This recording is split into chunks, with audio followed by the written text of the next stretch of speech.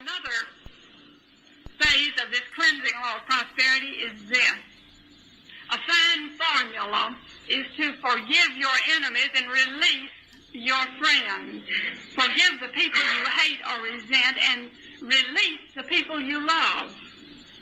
You see, we must loose our loved ones and let them go to their good because strong emotional ties can block our good. This doesn't mean that we don't love the people in our world that we should love, but if our love becomes a possessive, dominating sort of thing, then it sets up such a strong emotional tie that there's no freedom through which our good can get to us or to those around us. And so we should loose our loved ones. We should work often to do this, to loose our loved ones and let them go to their good. This may be the very thing at first we do not want to do. We feel perhaps that they need our encouragement, our help, our understanding. But when we attempt to help them by keeping a possessive hold on them, then they respond, you see, subconsciously, and they feel that bondage, and problems develop. All kinds of human relations problems develop. We never lose anything that still belongs to us through the act of emotional release. Instead, we just make way for our relationships to be freer and happier. We make way for our good to come to us in grander ways than ever before. Possessive, dominating people have all kinds of problems. Also, people who let themselves be dominated and possessed have all kinds of problems. And so the simple way to give and receive freedom from possessiveness and domination is simply by declaring that idea of release. I fully and freely release. I loose and let go. I let go and let God. But let's put it this way. I think we have it somewhere. I fully and freely release. I loose and let go. I let go and trust. As we think about releasing people and getting them to release us, so we'll have more freedom. I fully and freely release. I loose and let go. I let go and trust. Let's take it. I fully and freely release. Together. I fully and freely release. I loose and let go. I loose and let go. I let go and trust. I let go and trust. Now again, I have worked with this release idea and had some very interesting experiences, but I have found that when I have felt bound by people or circumstances, that if I will begin to declare release between us, that either those people move out of my life or I would move out of their lives, you see. But people often quickly move out of our lives and find their good elsewhere when we declare release. People, places, and things seem to respond to this release idea. Now, a possessive person, the reason there's prospering power in this idea of release is this.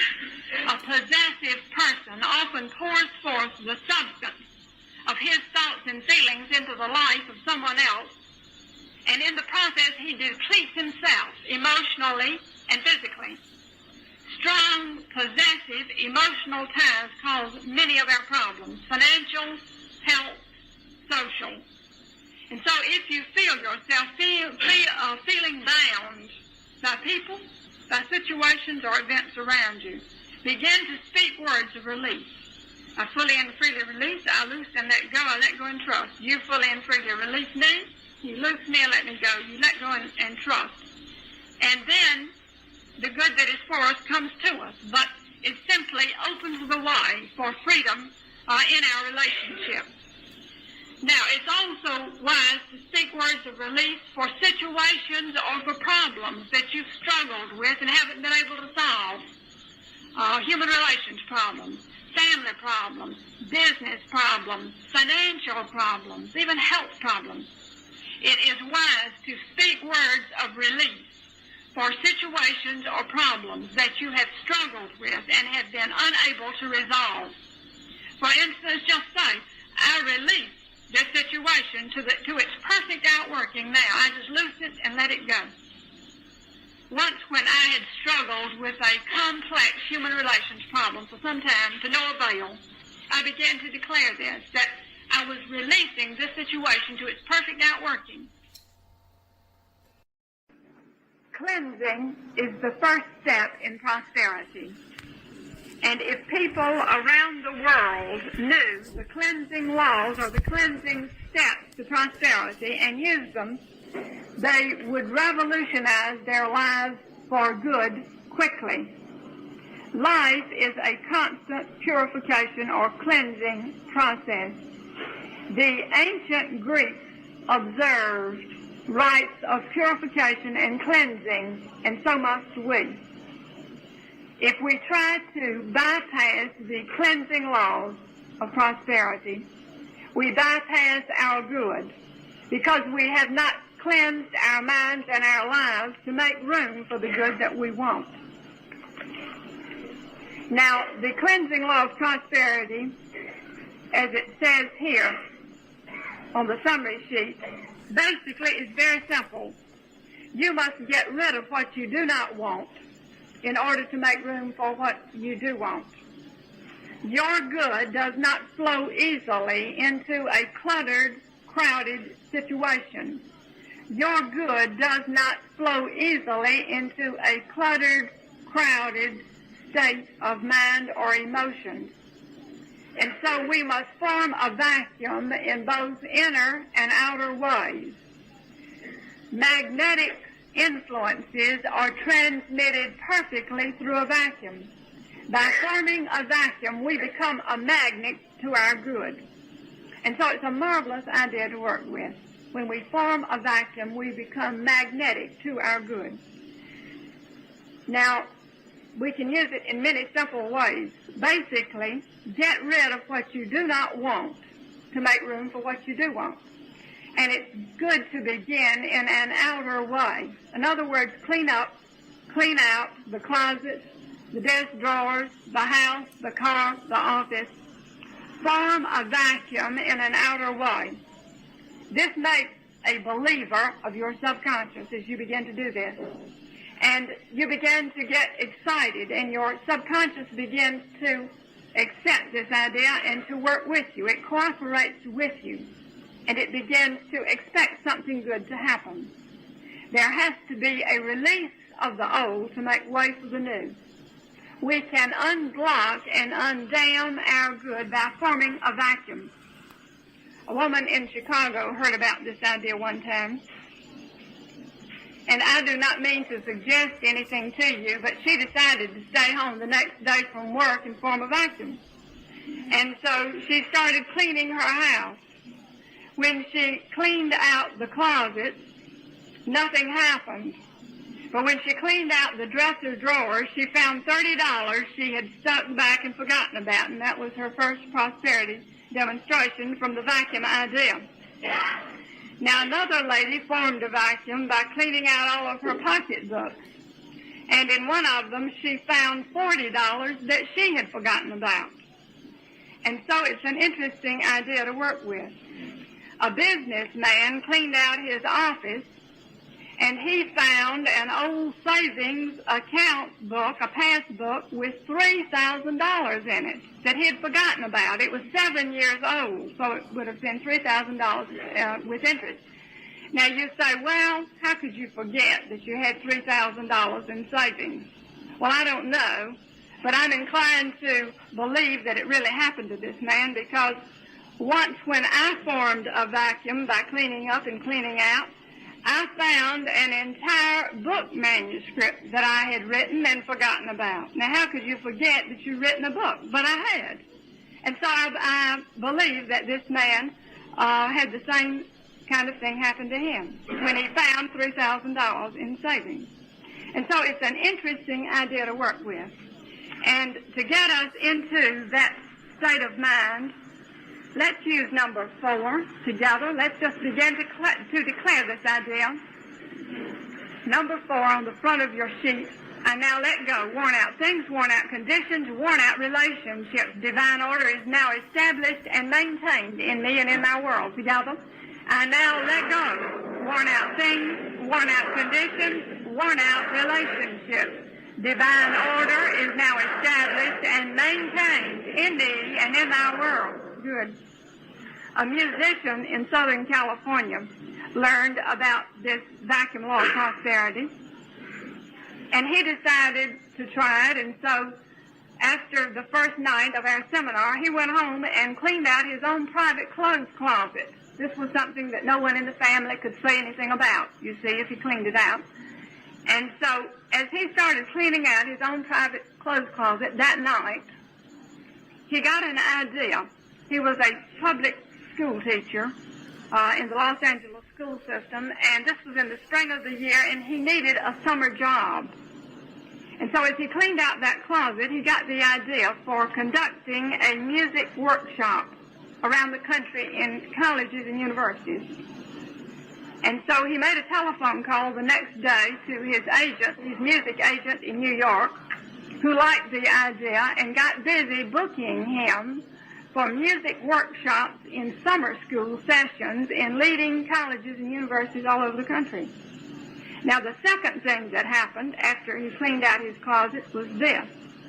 He said that he had needed more weekend work, freelance work, like playing for parties and weddings and for special events. And so the second thing that happened after he cleaned out his closet was that he got a telephone call from one of his neighbors who was also a musician. She said she had more freelance work than she could do, and could she start referring her overflow calls to him. And so she did, and this was his second result from cleaning out the closet. The next thing that happened was that on his way to work the next morning, he was on one of those crowded California freeways, and he saw a lady on the side of the freeway, and her car was stalled. And he said had he not been to the prosperity seminar, he wouldn't have stopped. But somehow he just felt in an uplifted state of mind and charitable. And so he stopped to see if he could help this lady in trouble. And he checked the engine of her car and decided that probably it was just overheated. So he told her he would wait a moment to see if she needed transportation to the nearest garage or not. So as he stood there chatting with this lady, he suddenly realized she was wearing a uniform, a white uniform, probably a domestic worker's. And so he asked her, and she said yes, she did domestic work. And he said, well, do you have any days, any spare days? He said, my wife and I have been looking for someone for a long time. And she said, yes, I have every other Thursday free. And he said, all right, you're hired to come to our house every other Thursday. Now, the second night of the seminar, he came back to the seminar, and he told us that these three things had happened in 24 hours. The music workshop, the weekend work, and the maid for their home.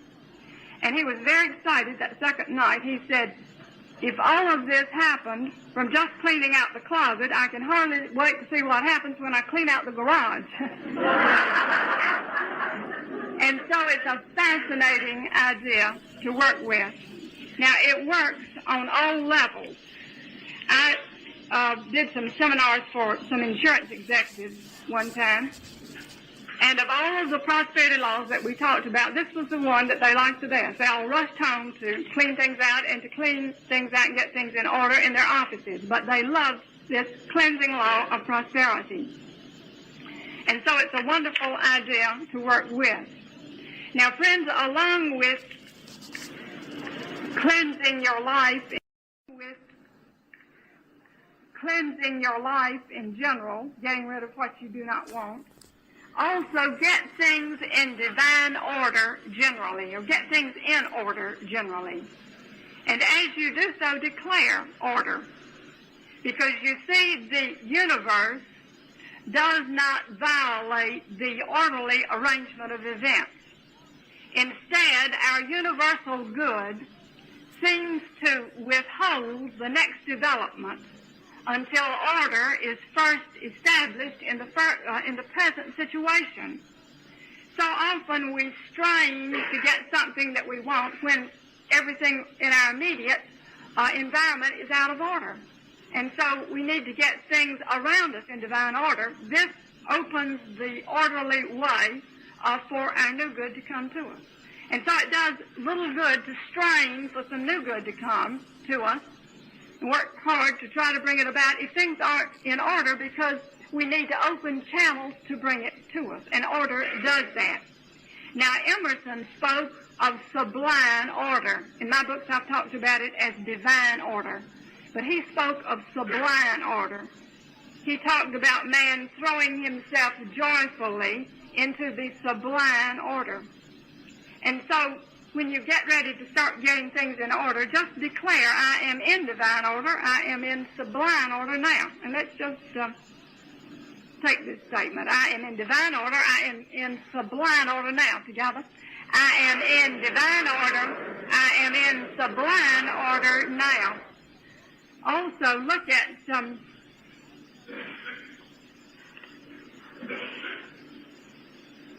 number 8 on the inside page. Number 8. I am rich, well, and happy, and every phase of my life is in divine order now. This is a marvelous statement to use. Let's declare it together. I am rich, well, and happy, and every phase of my life is in divine order now. When things seem inharmonious or out of order, instead of rushing about frantically trying to make them right in an outer way first, instead of trying to change other people and make them more orderly first, just remind yourself that lack of order first exists within you. If you can get your own thoughts and your own feelings orderly, then the people, the situations, even the universe about you seems to respond. And so it's a marvelous idea to work with. Divine order, sublime order. Now, another way that we can invoke the cleansing laws of prosperity is by writing out what we want to eliminate from our lives. If you'll look at your decree sheet, on the inside we have places for you to write out 3 different areas.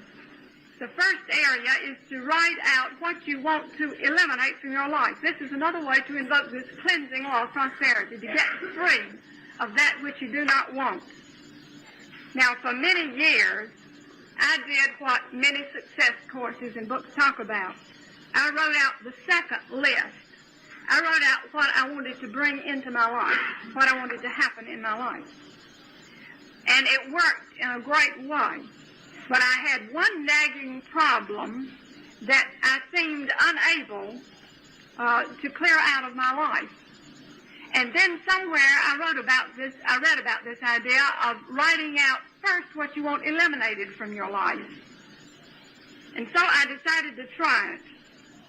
And a very interesting thing happened. As soon as I was very honest with myself and just secretly, quietly, privately wrote out what I wanted eliminated from my life, which was that particular problem, within a short length of time it began to clear away in a very orderly way without my having to do anything about it.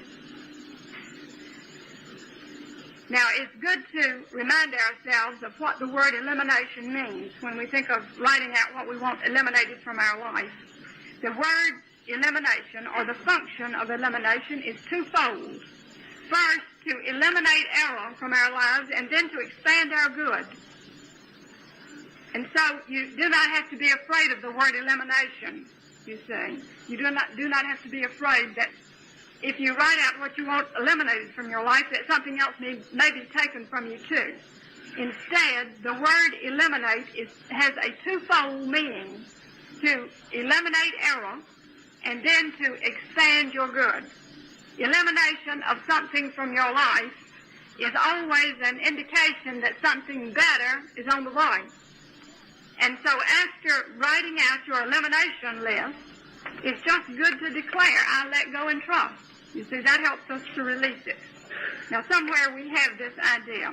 Oh, on the front of number 3, on the front, that last section says, I let go and trust. And let's declare it together.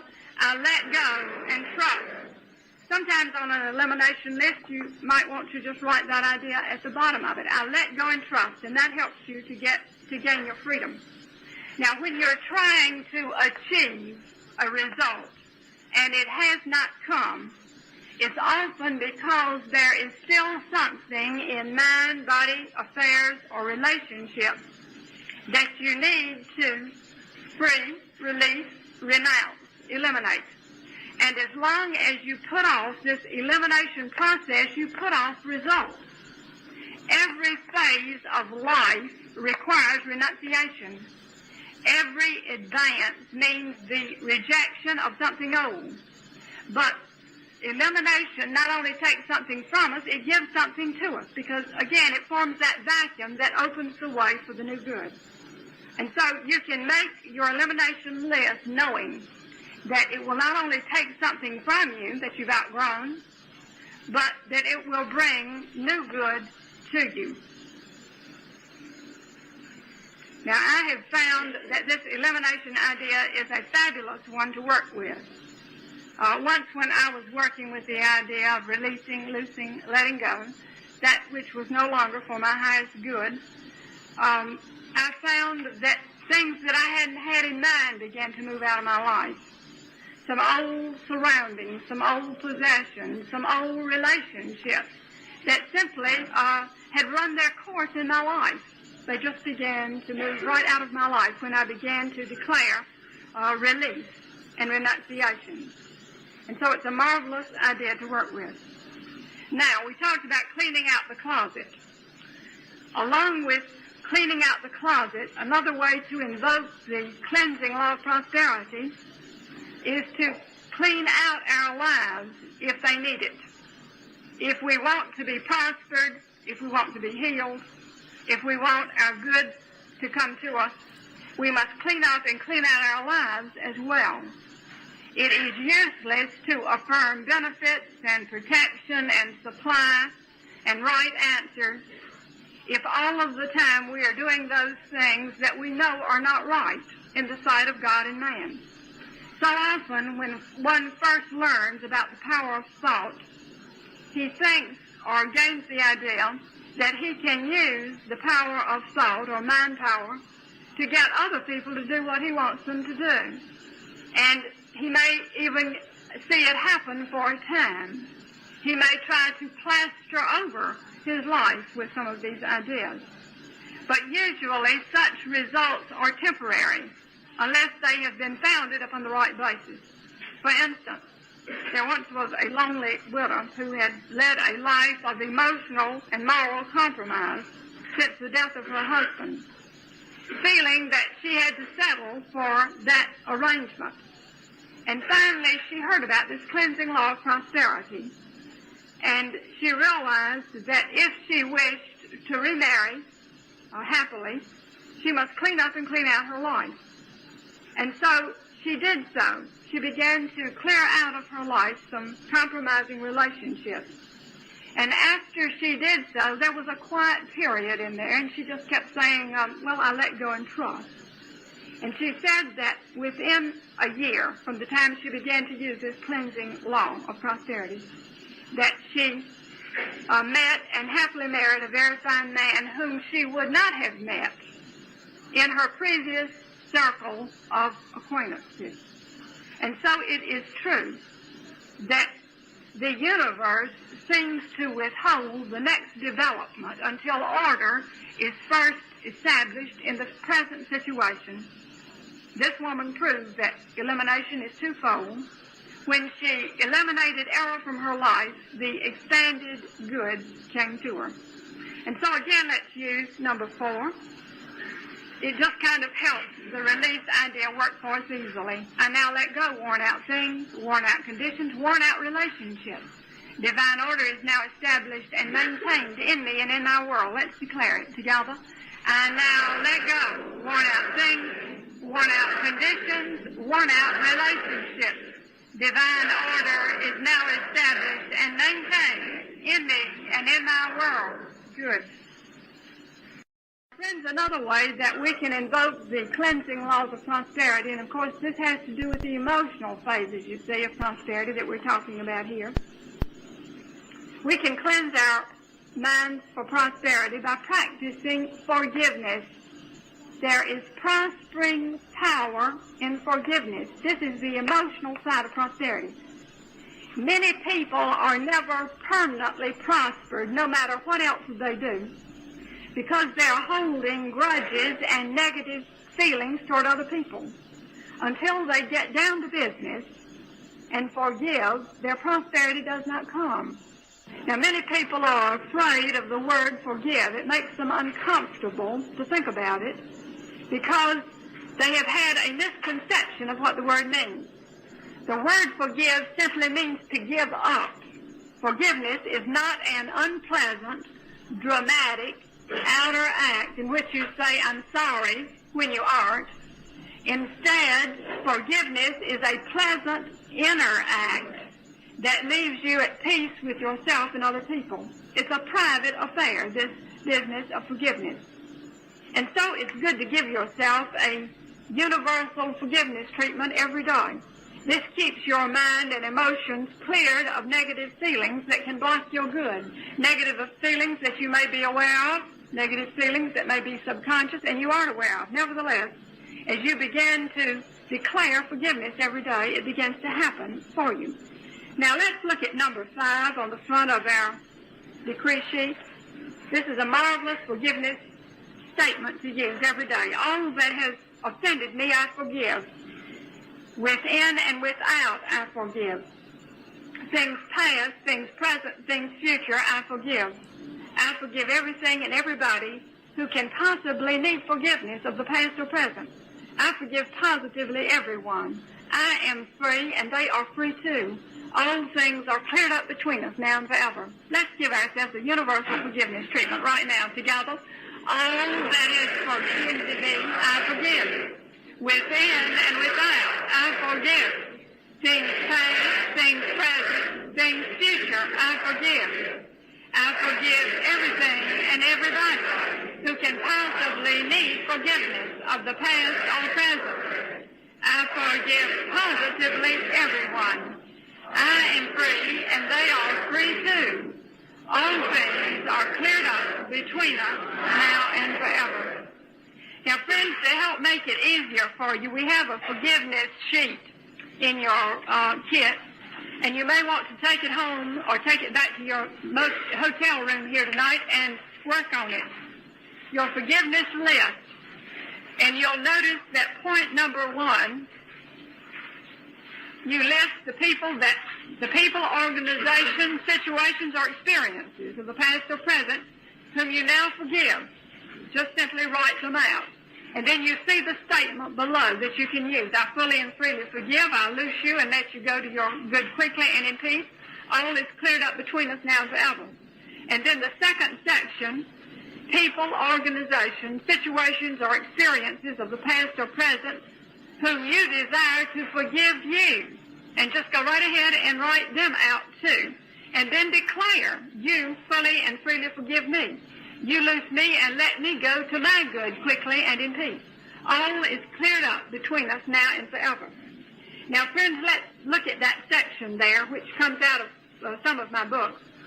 Here is a forgiveness technique that can transform your life.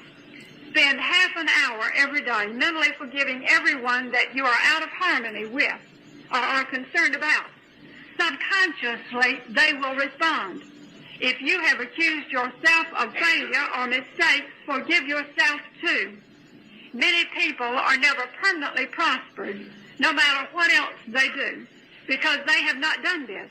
Until they forgive, their prosperity does not come. The word forgive simply means to give up. Forgiveness is a pleasant inner act that helps you give up negative emotions and clears away the blocks to your good. As you practice forgiving yourself and others daily, the results in increased health, wealth, and happiness will astound you. And so you'll want to work with your forgiveness list. A businessman in Florida, he was a retired businessman down there, and he told me one time that he felt that forgiveness had kept him whole and hearty in his mid-70s and out on the golf course having a marvelous time in retirement when many of his friends in retirement were having all kinds of problems. They were having all kinds of health problems. They were having all kinds of emotional problems. He said that he had some friends who had retired, some business friends, and every time he played golf with them, they wanted to spend the whole time while they played golf talking about all their business problems of the past, all the people that had problems with in business, and so on. And he said that most of those people were very unhappy. They were having health problems, emotional problems, and so on. And so he was constantly talking to them about forgiveness, the prospering power of forgiveness. He had just taken a trip around the world with his new wife, and he was saying that forgiveness, he felt, was the formula and was the secret to his good health and to his happy way of life in retirement. And then a businesswoman told me, after she had heard this idea of the prospering power of forgiveness, she said, you know, that makes sense to me, because she says, I have a sister who is a millionaire today. She says she's a millionaire because of forgiveness. She said, we have had many problems in our family. And my sister has often had to forgive and give up and forgive and give up. And she says, every time she's forgiven, it seems to have just opened the way for more of everything to come to her. And she says, I feel that she is a millionaire today because of forgiveness. And so forgiveness prospers. Let's declare it. Forgiveness prospers. Together. Forgiveness prospers. Now, friends, it's an interesting idea and an easy one to work with, because the word forgive simply means to give up. And often the greatest way that we can forgive other people is simply to give up any ill thoughts about them, just to release them from our thinking entirely. Sometimes the way to forgive people is to give up any outer contact with them. You see, if we can't seem to get attuned to them, if we get out of harmony with them and can't seem to work it out, sometimes the greatest way to forgive them is just to give them up, just to claim our freedom from them. In any event, forgiveness is a constant process.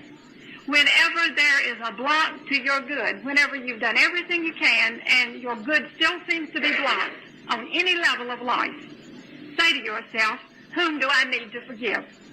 What experience or condition of the past or present do I need to forgive? Because you see, one person knowing and declaring the forgiveness idea can help dissolve a problem where many people are concerned. One person knowing about forgiveness is all that it takes. So often people say, well, if my husband knew this idea, if my wife knew this idea, if my boss, my neighbor, my friend, my relative, and so on. But one person knowing about forgiveness, making their forgiveness list, can help clear up problems for everyone concerned. A noted marriage counselor once said that a good marriage requires a lot of forgiveness. We might paraphrase that and say a good life requires a lot of forgiveness. A businesswoman one time attended a lecture on forgiveness, and at the close, we had declared some of these forgiveness ideas, and so at the close, on the way out, she said, oh, I feel great. I've just forgiven everybody I know. And I said, well, that's wonderful if you can do it that quickly, but most of us, it takes a little longer. And I suggest you continue to declare forgiveness ideas every day for a while. I did not see that lady again for some time. When she again appeared, I said, well, how are you? How's everything? She said, oh, I feel terrible. She said, I've been working on forgiveness, and I didn't know I hated so many people. And so it's a constant process. It's a constant process. And this forgiveness list will help you to make it so. But remember that forgiveness prospers. Forgiveness prospers. The nice thing about forgiveness this way is that you don't have to talk about it. You don't have to make any display about it. You simply clear your own thoughts and feelings, you see.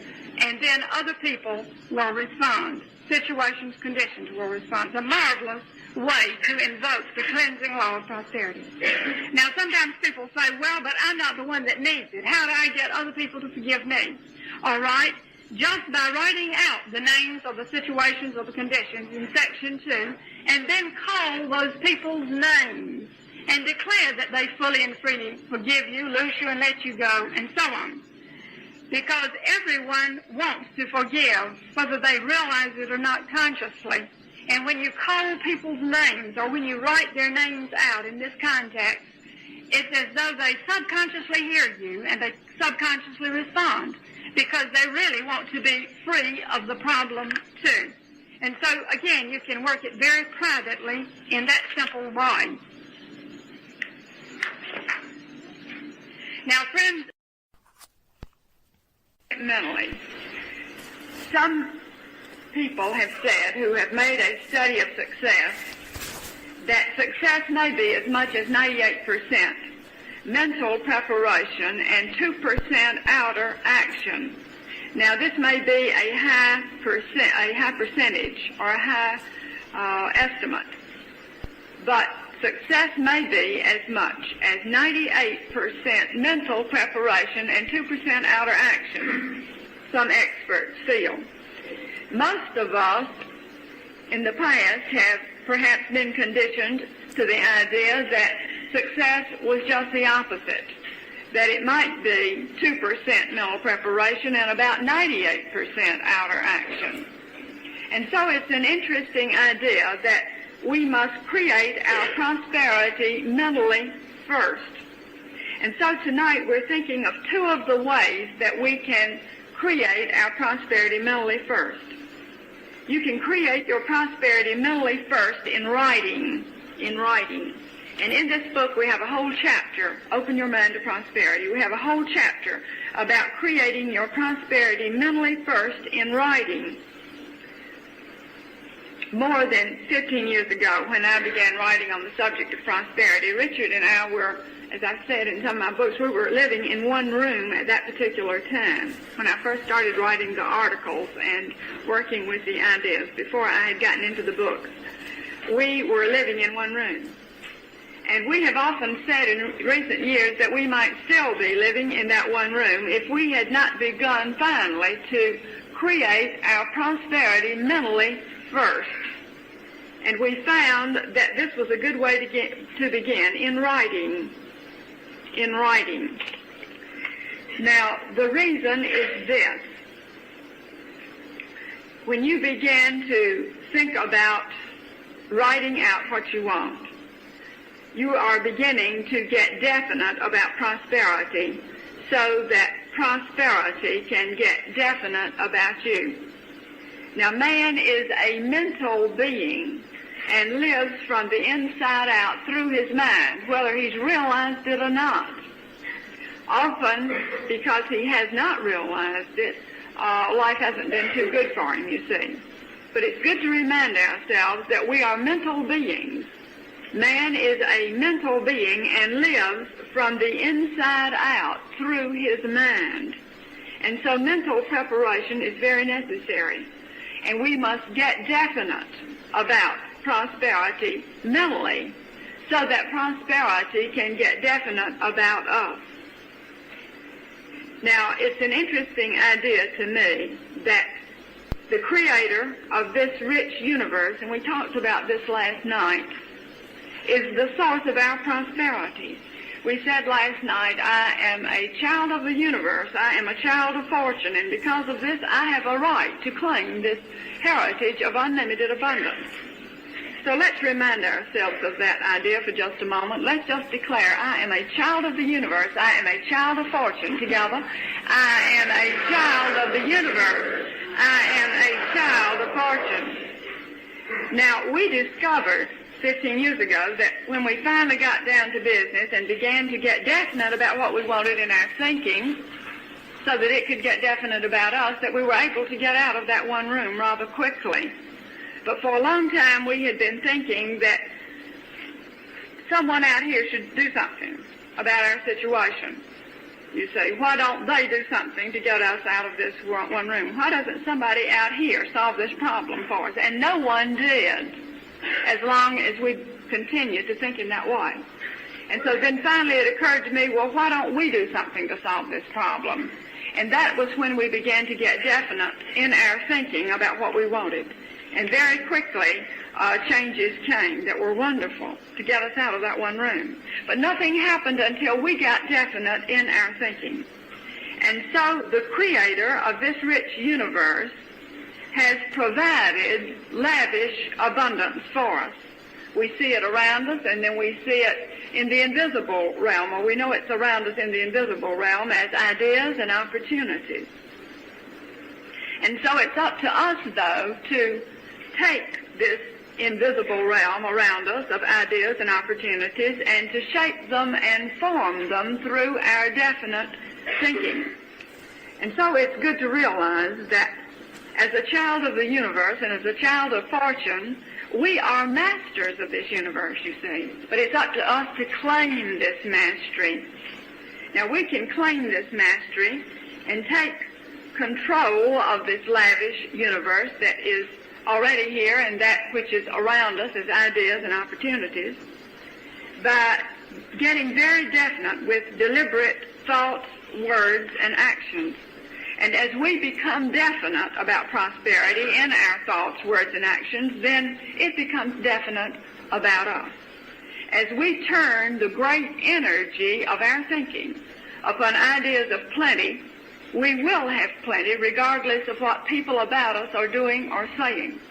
Now remember what we said last night, that this was the theme of that first prosperity class, in which so many people had fabulous things happen to them, right in the midst of supposed financial limitations. And so, friends, let's declare this idea for ourselves right here. I turn the great energy of my thinking upon ideas of plenty. You see, that's what we're doing here in this seminar. I turn the great energy of my thinking upon ideas of plenty. Together, I turn the great energy of my thinking upon ideas of plenty. And so we said that as we turn the great energy of our thinking upon ideas of plenty, we will have plenty, regardless of what people about us are doing or saying. All right, to help us realize this, would you look at number 1 on the front of your decree sheet? Number 1 under section 2.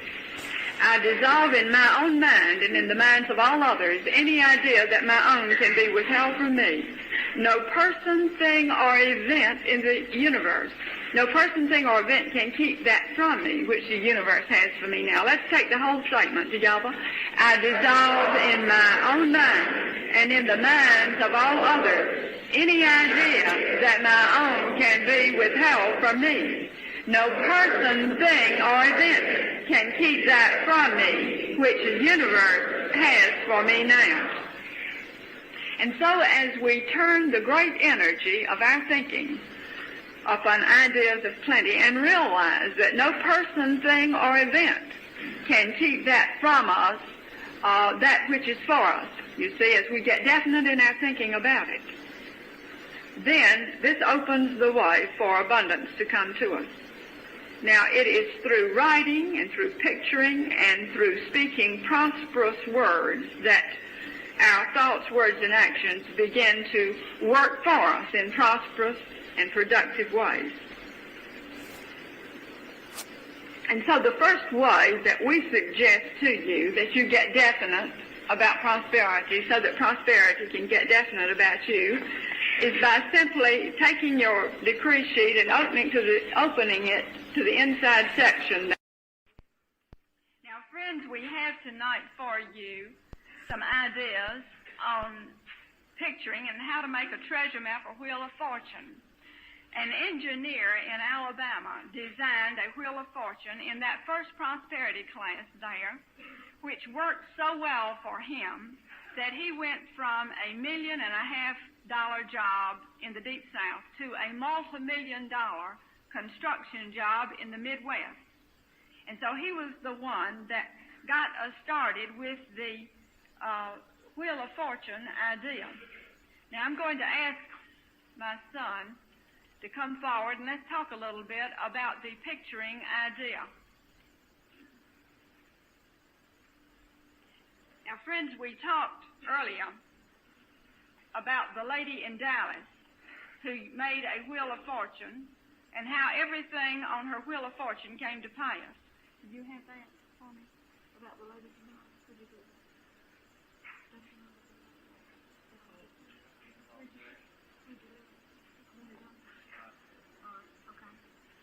Take it down there. Now, I'm going to first suggest that we talk a little bit about instructions. Now, friends, we have complete instructions on how to make your treasure map or wheel of fortune in this book, Open Your Mind to Prosperity. We also have a chapter on imaging that you're going to be interested in with instructions in this book, The Healing Secret of the Ages. We talk about picturing in almost every one of these books. Now, our first suggestion for making a success map, whether you call it a treasure map, a wheel of fortune, or what, is first to keep quiet about your pictures. Keep quiet about what you're doing. Do not discuss your pictured desires with anyone. Do not try to convince other people to try this method. The word secret and the word sacred have the same root meaning. What is sacred should be kept secret if you want it to come to pass. Second, use big, beautiful poster boards if you want big, beautiful, colorful results in your life.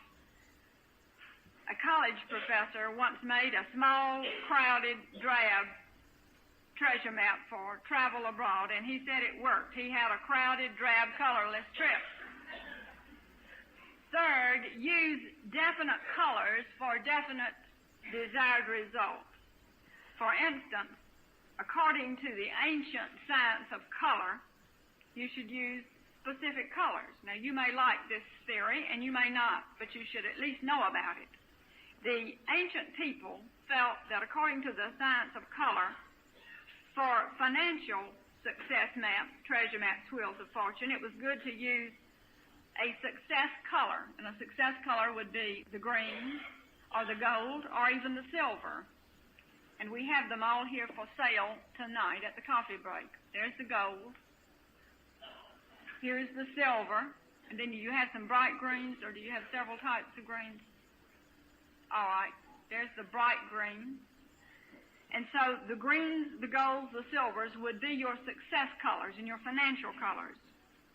And then yellow or white even, but particularly the yellow is a good color to use for a spiritual map if you have spiritual aspirations and desires and accomplishments that you wish to achieve. And then the blue is so good for intellectual accomplishments, such as writing a book or finishing a degree, a college degree, or something of an intellectual nature, the blues. The orange or bright yellow. Either of these are good colors for health maps. You see, they give you the idea of energy and more vitality.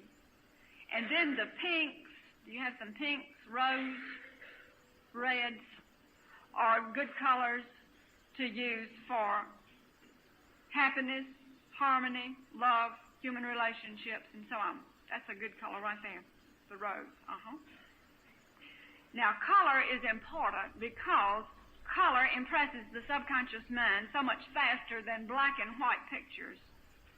Whether or not you follow the ancient science of color and use these particular colors or not, be sure to use colors that appeal to you emotionally because, again, your subconscious mind will respond so much quicker. Along with using the colored poster boards, it's also good to be sure and use colored pictures on your maps, too, rather than black and white ones.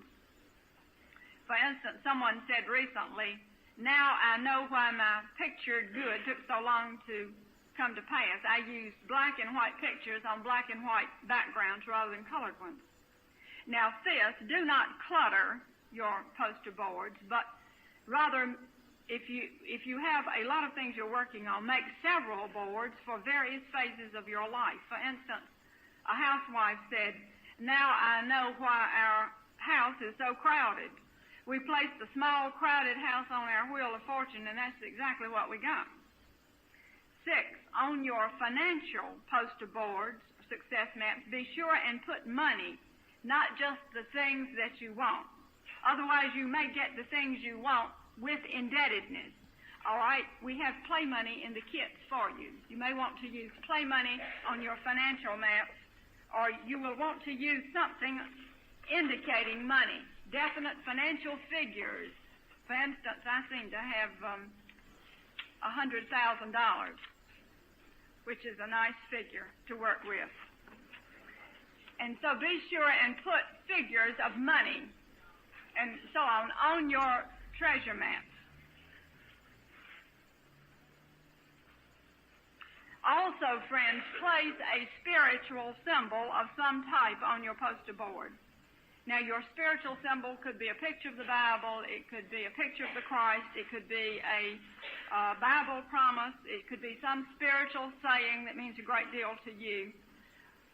This gives your success map a spiritual protection. It opens the way for what you have pictured as something better to come to you. Now, last, look at your pictured good every day for a while. Some people say just before sleeping. If you have a private time when you do some studying and thinking and so on, that's a good time to look at your pictured good, if possible. In any event, the more you view your pictured desires, the quicker they will come to pass. Now, some people like to make a wheel of fortune. Rather than making various maps for various phases of their lives, they like to make one. And this is the idea that the engineer in Alabama developed for us that was so successful for him. Now, Richard made this map. Do you want to explain it to them? You can. When you make a wheel of fortune, you can break it down into several categories. I broke this one down into a successful career, health, investments, and family. You can use bigger paper, you can use smaller, but it's just broken down into several categories. And I may have cluttered this one a little bit too much, but I had a hard time getting everything I wanted on it to give people an idea of how to do it. But you just need one or two pictures. If you're using colored pictures in each category, you don't need more than one or two items. And then if you wish to go on with it further, you can make a treasure map simply for each category that you want. So the way I've got mine broken down here, you can do it in any number of ways. All right, now during the break, we will have these for you to see. Now, let's see. We've got a couple of other treasure maps, and I'm going to ask the lady during the coffee break to be here to talk to you about these. Her daughter made one of these for Christmas and for Christmas gifts, and everything she had on it came to pass. And then the lady has made one here that she's going to tell you about. And so we'll have these. This little girl is 7 years old that made this. This was her Christmas treasure map, and everything she put on it came to pass. All the gifts and so on came to pass, and more came to her. And so this is a fascinating idea to work with. Now, we will have all of the poster boards on sale. How much are they? $50.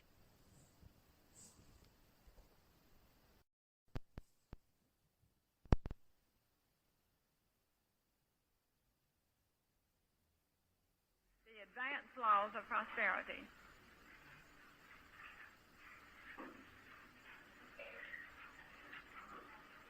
Now, friends, the word advance, as we know, means to hasten. When you make great advances, you are hastening your good. You're hastening results. And so the advanced laws of prosperity would be those laws that hasten results. Those laws that hasten results. Now, the advanced law of prosperity that hasten results is the prosperity secret that has been known simply as giving and receiving. The advanced law of prosperity is that your giving makes you rich. All right, we've already declared it, but let's declare it again. My giving makes me rich. Together, my giving makes me rich. Now, this isn't a new idea. The ancient Egyptians, the Babylonians, the Persians, the Arabians, the Greeks, the Romans, even the Chinese, long before biblical times, knew this idea that giving can make us rich. They practiced this old mystical success secret. Now, Abraham, whom I like to think of as the first millionaire of the Bible, Abraham learned this prosperity secret from the Babylonians. His grandson Jacob mentioned it as one of the success principles he planned to use when he left home and started out to seek his fortune in a new land. Of course, Jacob did follow that success principle, the The fact that he did follow it is obvious because he became one of the Bible's early millionaires. Moses later emphasized this success principle, and it was practiced by the Hebrews, who, as we know, became one of the wealthiest groups the world has ever known. They credit much of their wealth over the centuries to their use of this prosperity idea, that our giving can make us rich.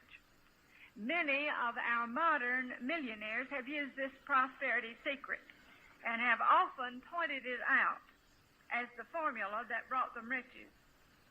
The list includes people like the Colgate people, the Hensey soup people, the Kraft cheese people, the Rockefeller families. You remember the stories about Mr. Rockefeller giving out dimes.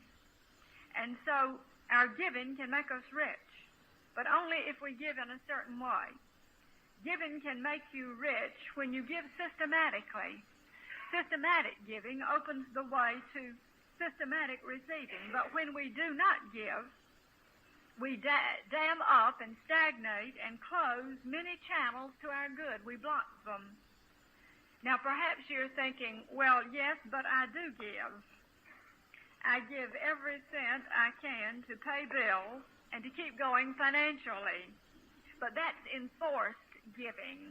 You see, that isn't a free kind of giving.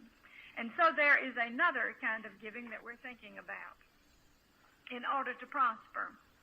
When we practice this other type of giving, putting it first in our financial affairs, then order comes into our financial affairs and into every phase of our world. We find ourselves being prospered in both expected and unexpected ways. Our money seems to go further. Other financial surprises come to us. Somehow, everything seems easier on a financial level.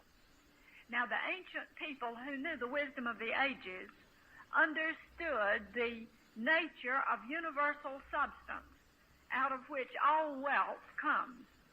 They knew that by consistently giving, you move on that universal substance. You form a vacuum, which that substance then rushes in to fill with new supply. That's the nature of substance. It abhors a vacuum, and it rushes in to fill any vacuum. And so giving, in order to make way to receive, is a scientific method that works to prosper those who use it consistently. Now, this is a giving universe. We have to give constantly in order to receive constantly because the universe is constantly giving to us. If we do not balance the act of receiving by giving in some good and happy way, in a free sense, voluntarily, then the universe seems to force us to give anyway in unhappy ways. But give we must because it is the law of the universe. And so the universal law, given it shall be given unto you, works whether we want it to or not. Where there is no voluntary giving, something is taken from us. People who think that they cannot afford to give constructively and freely have to give anyway, destructively and involuntarily. They are the ones who have to give to the doctors and the hospitals for their ill health. They have to give to the lawyers for their accidents, for their legal and business problems.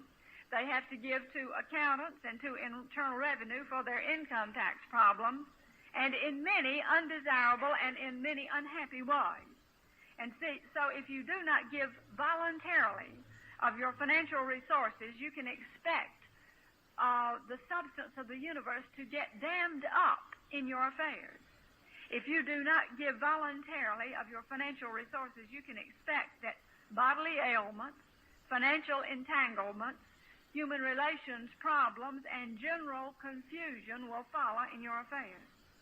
Now, when you see a person who has constant problems of all kinds, when you see a person who has constant problems of ill health, financial difficulties, family inharmony, general confusion, and dissatisfaction in their lives, not only are they not thinking right and not talking right, but they're not giving right either. And so where there is no voluntary giving, something is taken from them anyway. we cannot cheat the basic law of the universe, which is giving and receiving. It works regardless of our misworking it. We can only cheat ourselves out of much health, wealth, and happiness by trying to bypass it or by bypassing it. Someone has called this great law of life the great law of give and take. Give and then take. Claim your good, you see. And so how can we practice the other type of giving constructively so as to avoid having to give destructively? Well, the ancient people believed that the number 10 was the magic number of increase.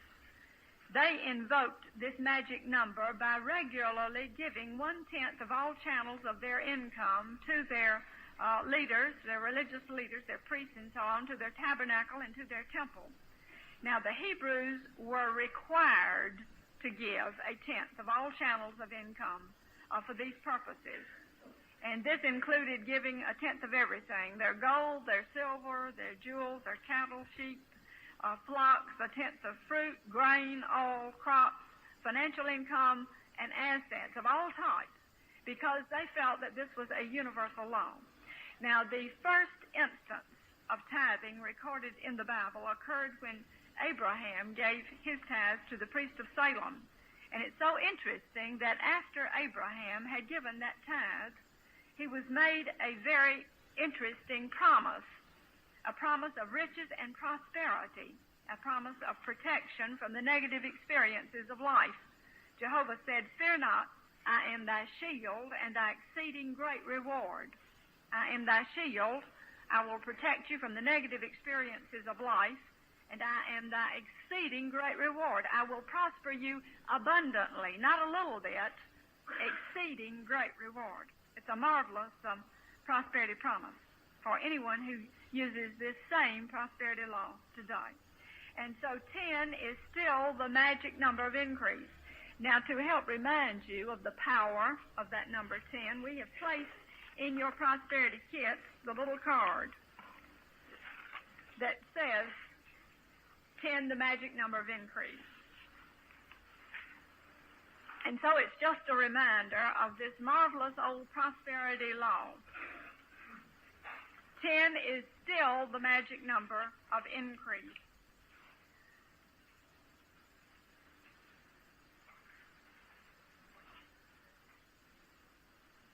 And so let's declare it. 10 is still the magic number of increase. Together. 10 is still the magic number of increase. Good. One of the wealthiest men who ever lived, of course, was Solomon. And he made an interesting prosperity promise, too, when he said, "Honor Jehovah with thy substance and with the first fruits of thine increase. So shall thy barns be filled with plenty, and thy vat shall overflow with new wine." Again, there's abundance, you see. We weren't promised just a little bit. Thy barn shall be filled with plenty, and thy vat shall overflow with wine. And so this is really one of the laws of prosperity, the laws of abundance. It is the advance law. It is the law that advances or hastens or steps up our good.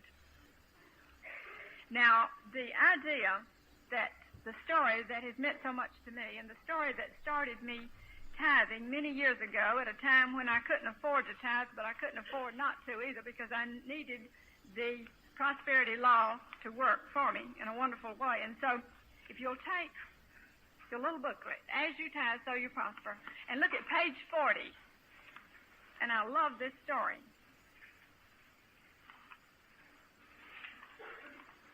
At the bottom of page 40. He who said he found it necessary to tithe in order to get out of debt voiced a truth that has become evident to thousands. A man who was $10,000 in debt with his credit gone and a wife and 4 children for whom to provide took a position as a day laborer in a mill, and with his family was compelled to live in a tent. He met 2 divinity students who convinced him that he should tithe. The same week that he began tithing, the company offered him one of its houses in which to live. Within a year, he was promoted to foreman.